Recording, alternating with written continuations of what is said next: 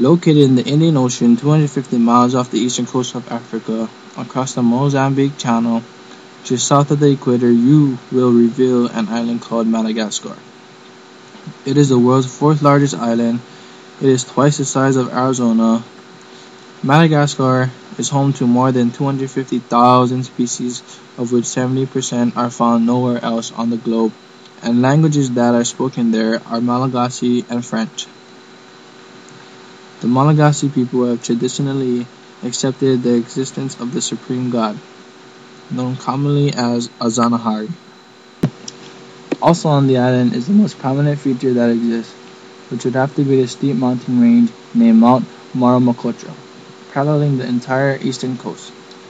Calling Madagascar an island almost seems unfair, only because the descendant forests, crystalline lakes, massive caverns, and the savanna grassland that dot the Broadway western plains. But don't forget about the southern tip of the island. It is mostly covered with a magnificent desert.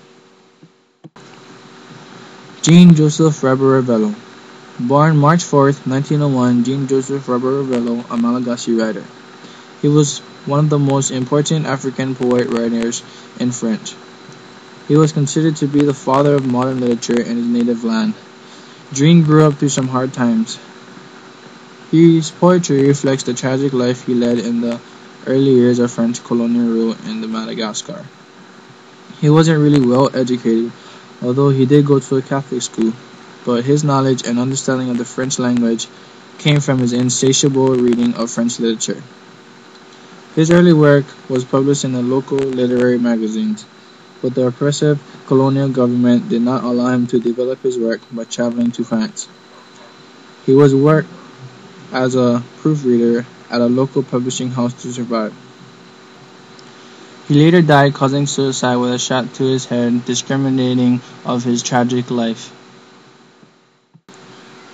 Here's an example of a piece of his poetry.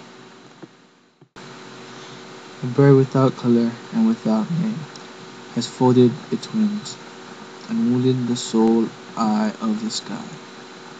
He alights upon a tree without trunk, all covered in leaves, that no one can stir, and from which no one harvests the fruit, the open eyes.